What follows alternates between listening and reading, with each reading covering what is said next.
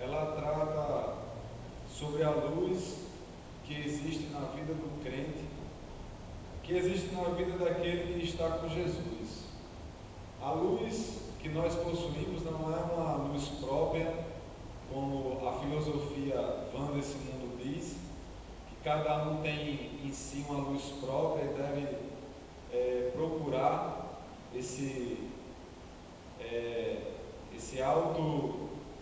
essa autoajuda, né? Como se dentro de nós existisse alguma coisa boa.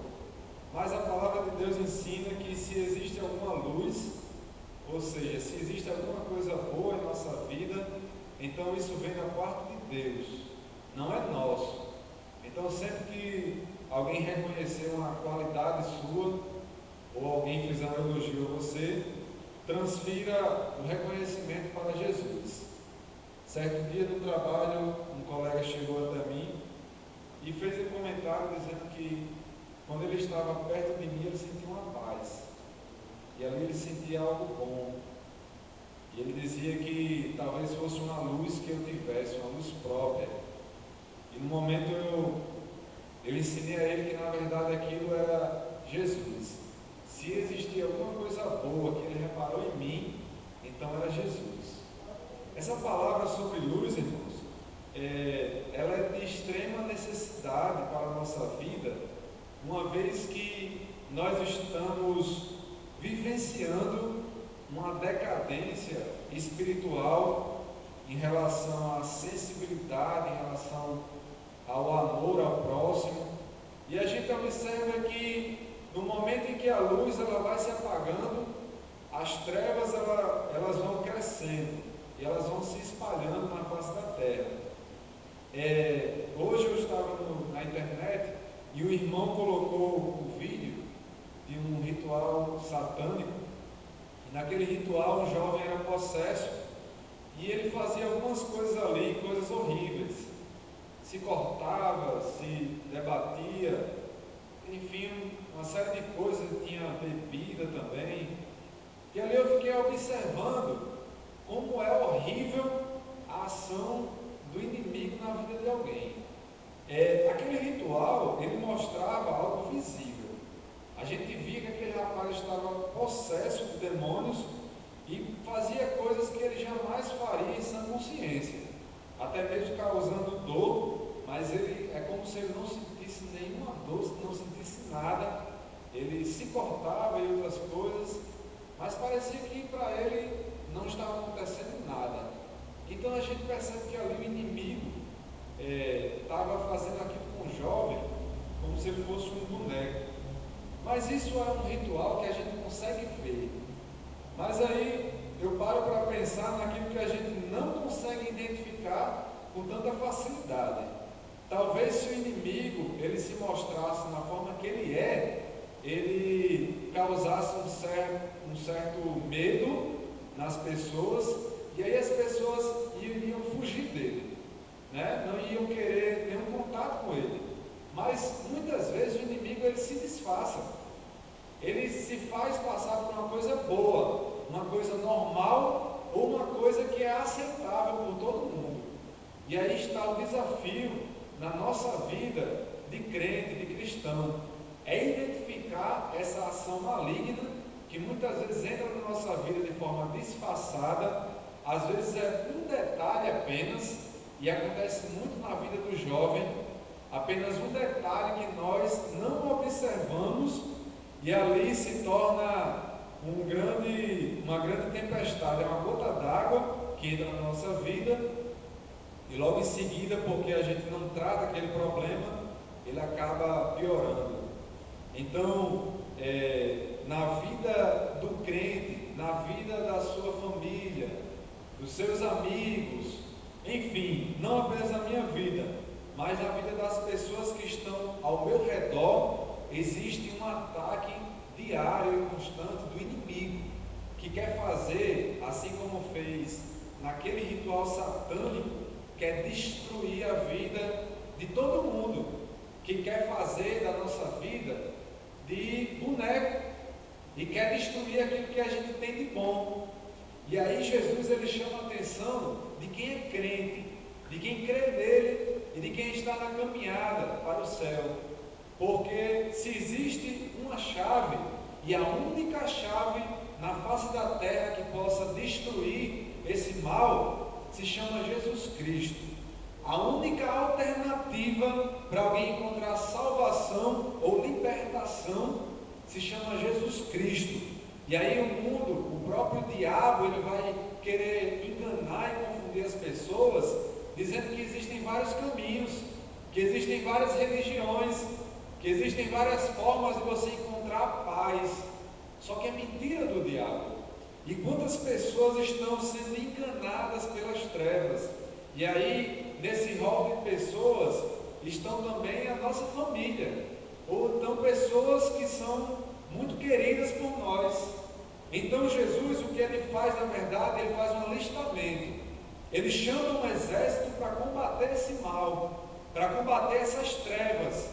E aí, se você começa a observar que na sua família alguém está sendo atacado, que alguém está caindo na armadilha do mal, e aí Jesus coloca na sua mão a arma ou a chave para que essa pessoa encontre libertação.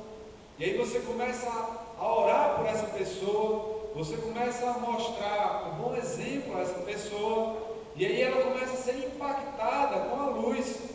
Porém, quando Jesus disse assim, mas se a luz ou se o sal, ele também usa o sal como exemplo, se o sal ele perder a sua propriedade, que é dar sabor à comida, então perde o sentido de tudo. Se a luz ela se apagar, também vai perder o sentido da existência dela.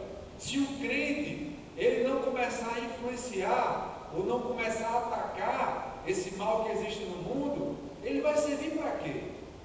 Jesus ele nos chamou, ele nos alistou, sim, em primeiro lugar, para que nós encontrássemos a salvação. Mas não existe egoísmo na palavra de Deus. Então aquilo que nós recebemos, nós temos também a missão de transmitir, que é a luz de Jesus Cristo.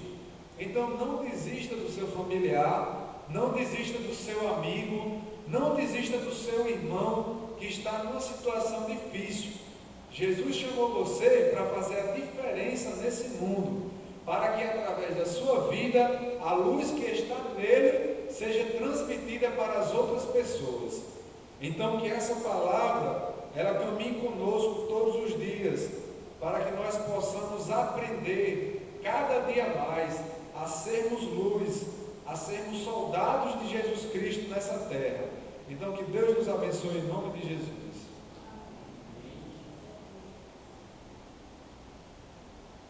Glória a Deus, né? Mas amado, é desta forma que o inimigo penetra nas nossas vidas. Nós nem percebemos que ele penetrou dentro da nossa vida, mas é uma coisa tão horrível quando ele penetra na vida de alguém. Eu digo isto como testemunho, porque o meu filho, esse que já partiu para a glória do Senhor, ele era um jovem estudioso, né? Tinha sonhos, tinha planos, e um determinado dia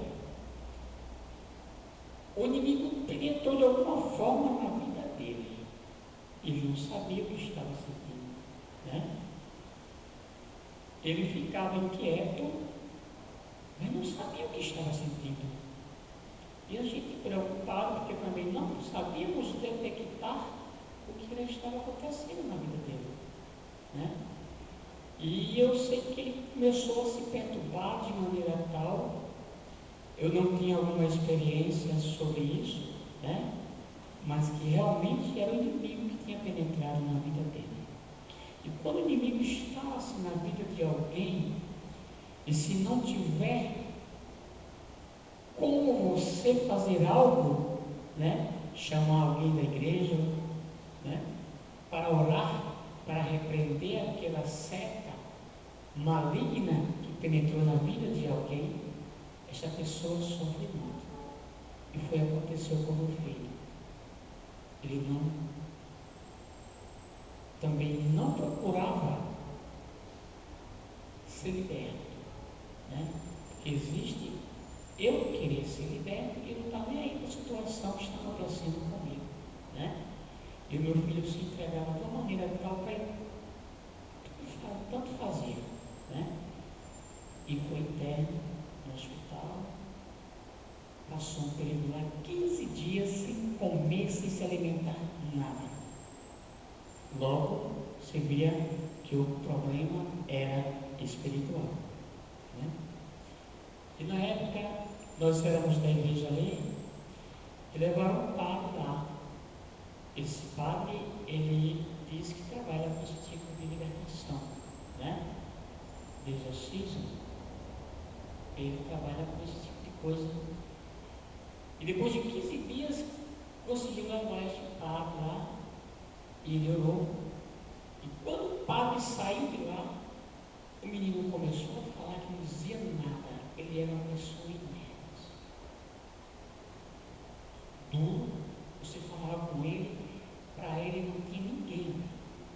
E quando o padre fez esta oração, que foi embora, o menino disse: papai, eu quero comer, eu quero tomar água. Até então, esses 15 dias que ele estava lá, não estava se alimentando com nada. Os médicos já estavam preocupados, já tinham colocado uma sonda para ele se alimentar através da sonda, né? Você vê que isso não era uma doença física ou psicológica ou mental, mas sim a ação do inimigo que estava dentro dele. De forma que, meu amado, o nosso filho sofreu bastante, a ponto de sair de casa, passava 3, 4, 5 dias. E dessa última vez que ele saiu, passou 8 dias, e o resultado de tudo isto foi ele chegar a ser morto, né? Não existiu de tanto sofrer essa astúcia do inimigo na sua vida,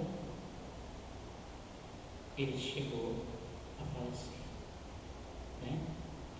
Mas tudo isso, Deus tinha um propósito, né? Porque nada na minha e na sua vida acontece sem o propósito de Deus. Amém? Porque não é porque nós não orávamos por ele, não procurávamos alguém para orar por ele, não procurávamos sim, né? Mas era propósito de Deus que aquilo acontecesse na vida dele. Mas eu glorifico a Deus, porque tudo aconteceu para a glória do nome do Senhor. Porque se o nosso Deus quisesse, ele teria sido liberto, teria sido curado. Porque sempre estávamos orando, fazíamos campanha de oração. As irmãs daqui da igreja fizeram campanha de 7 dias, outro grupo veio de fora, fez campanha de 7 dias. Mas aprove a Deus que assim acontecesse, né? Eu só tenho a glorificar a Deus por tudo o que aconteceu, porque o nosso Deus sabe o que é melhor para mim e para você. Amém? Vamos orar, agradecendo a Deus por tudo que Ele representa para nós, né? Porque Ele sabe do que eu, do que você precisa e do que é melhor para nós. Amém?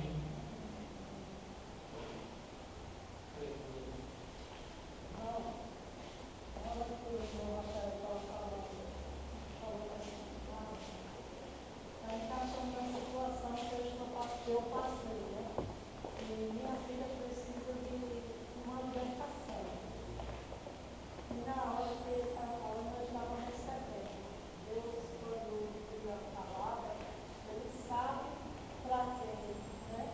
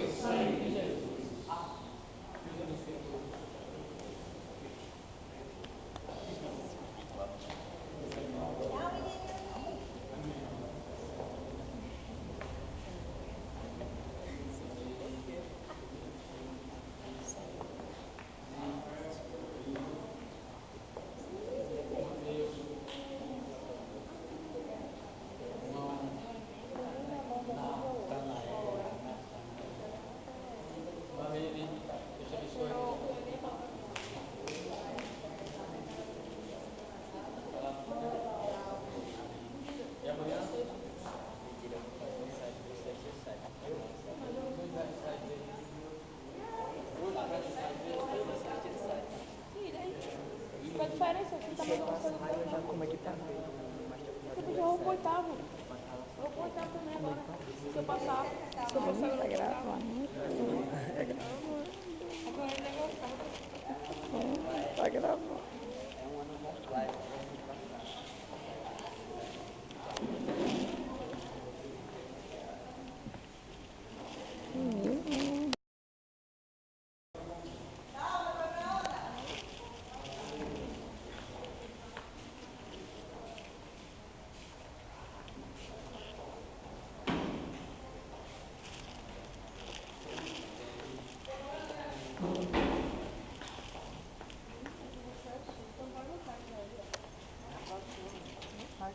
Vou botar aqui pra casa. Tá aqui pra aí,